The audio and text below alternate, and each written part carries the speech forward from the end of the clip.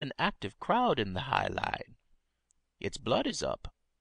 Our people will want to be doing something while they wait." "Let them talk," said Sprague quickly. "Tell them to resolve themselves into committees of one, to throw the big scare into the Brewster public, which depends upon the safety of the High Line Dam for its own safety. Then pick out a few good dependable men like Smith, his old fighting father-in-law the colonel, and Williams, the engineer, who will hold themselves in readiness to start at a moment's notice, night or day, for the firing line, any firing line that may happen to show up." "That is more like it," rejoined the attorney. "I'm sworn to hold up the majesty of the law, But, as you remarked last night, there are extra judicial crises now and then which have to be met in any old way that offers. Let it rest at that, and see me at the hotel this evening, if you can make it convenient." With the appearance on the streets of the evening edition of the Times Record, the Brewster public learned that there were two sides to the Mesquite question. In terms of unmeasured scorn, Editor Healy attacked the narrow prejudice which would seek to place stumbling blocks in the way of a great enterprise designed to benefit not only the region locally concerned, but the entire West. In the course of a long and vituperative editorial, the High Line Company, the Brewster Public Service Corporations, and the railroad each came in for its share of accusation, and their joint lack of public spirit was roundly condemned. It was pointed out that the High Line plant, by the admission of its own officials, would be in no danger, even in the unsupposable case of the breaking of the Mesquite Dam. Also, it was urged that the penny-wise policy of the railroad in adopting the low grade in Timignani Canyon was a matter of its own risk. Was the development of the nation to be halted, it was asked, because a niggardly railroad company was unwilling to spend a little money in raising its grade beyond a possible danger line? But the sting of the editorial from Maxwell was in its tail. Healy concluded by darkly hinting that certain of the railroad officials were interested financially in sundry Timignani parklands owned by the High Line Company, and that they were willing to kill the prospects of the new district for the sake of their own pockets. Maxwell was furiously hot about this blast in the evening paper, as his demeanor at the dinner table where he spoke his mind freely to Sprague sufficiently proved. "Why, the miserable liars!" he raged. "There isn't an official on the short line from President Ford down who owns a single share of stock in the High Line. We all did help out at first, but Ford made every man of us turn loose the minute the dam was completed and the project was securely on its feet. He insisted that we couldn't afford to work for 2 dividend accounts." "He was quite right," said Sprague calmly. "But that is neither here nor there. It was Jennings' turn at bat, and he took it. Let it go, and tell me what you hear from that good and reliable man Disbrow at Engle's."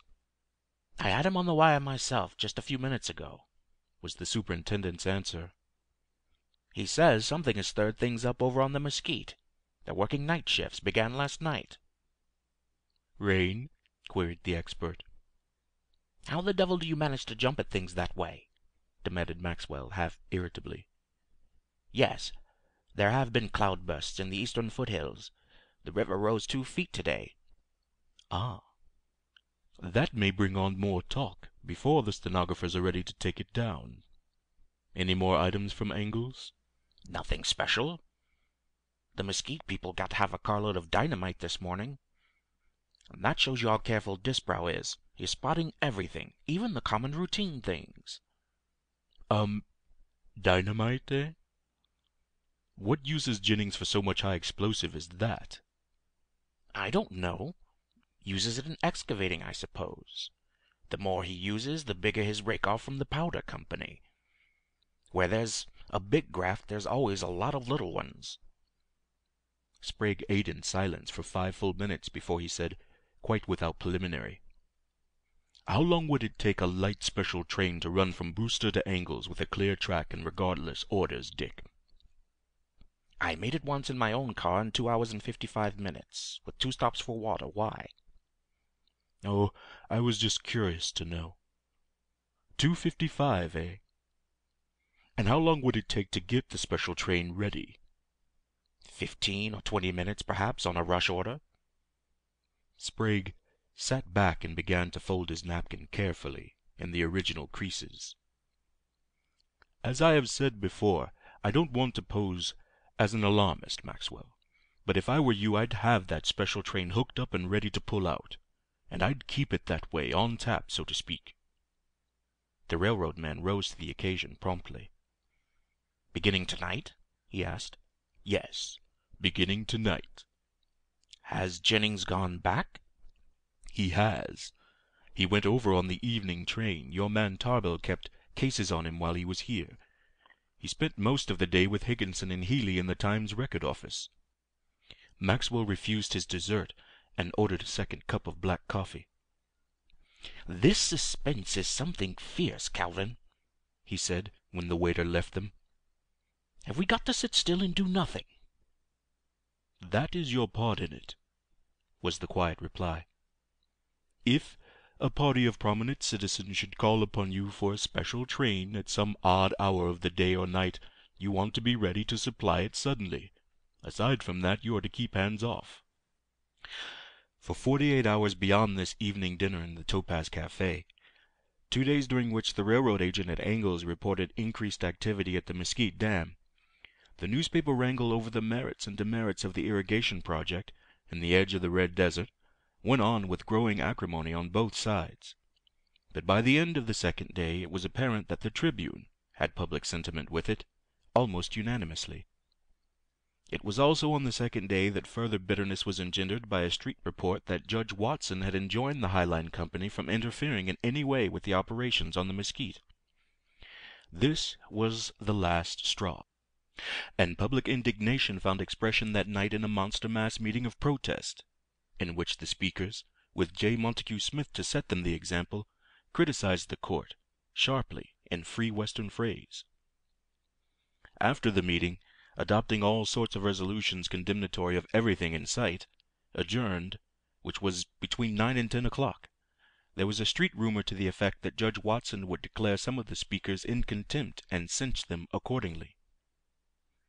Maxwell and Starbuck brought this report to Sprague, who was smoking one of his big black cigars on the porch of the hotel. "Going to institute contempt proceedings, is he?" said the expert, with interest only half aroused. "Wouldn't that jar you?" commented Starbuck. "I was telling Dick just now that Judge Watson has about outlived his usefulness in this little old shack town. This injunction of his is about the rawest thing that ever came over the range." "Smith is red hot," Maxwell put in. "Hot enough to get out and scrap somebody, and his directors are all with him." Still the big-bodied expert seemed only mildly interested. "If anybody should happen to get mixed up legally with the Mesquite folks on this job of theirs, it would be pretty hard to get a jury in Brewster which would lean the way the judge does, wouldn't it?" he asked. Maxwell's verdict was unqualified. "It would be practically impossible." He had found his pipe and was filling it when Sprague pointed to the spur track at the end of the railroad building opposite. "Is that your special train over there, Dick?" "Yes. You see, I've obeyed orders. That train has been standing there for 2 days, with 3 shifts of men dividing up the watch in the engine cab." "And the committee of prominent citizens hasn't yet materialized, eh? Never mind, you've done your part. What is the latest from Angles?" "More cloud bursts in the hills and more activity up on the Mesquite. Disbrow says that Jennings has been offering all sorts of big pay to the scattered ranchmen to get them to come on the job with scraper teams." "That's bad," said the chemistry man briefly, adding, "I don't like that." Starbuck got up to stand with his back to a porch pillar. From the new position, he could look through the windows into the thronged hotel lobby. "This town's stirred up some hotter than I've ever seen it before," he drawled. "Look at that mob inside, and every blame man of it chewing the rag over this water proposition." "I don't like that," Sprague repeated, thus proving that he had entirely missed Starbuck's comment on the excitement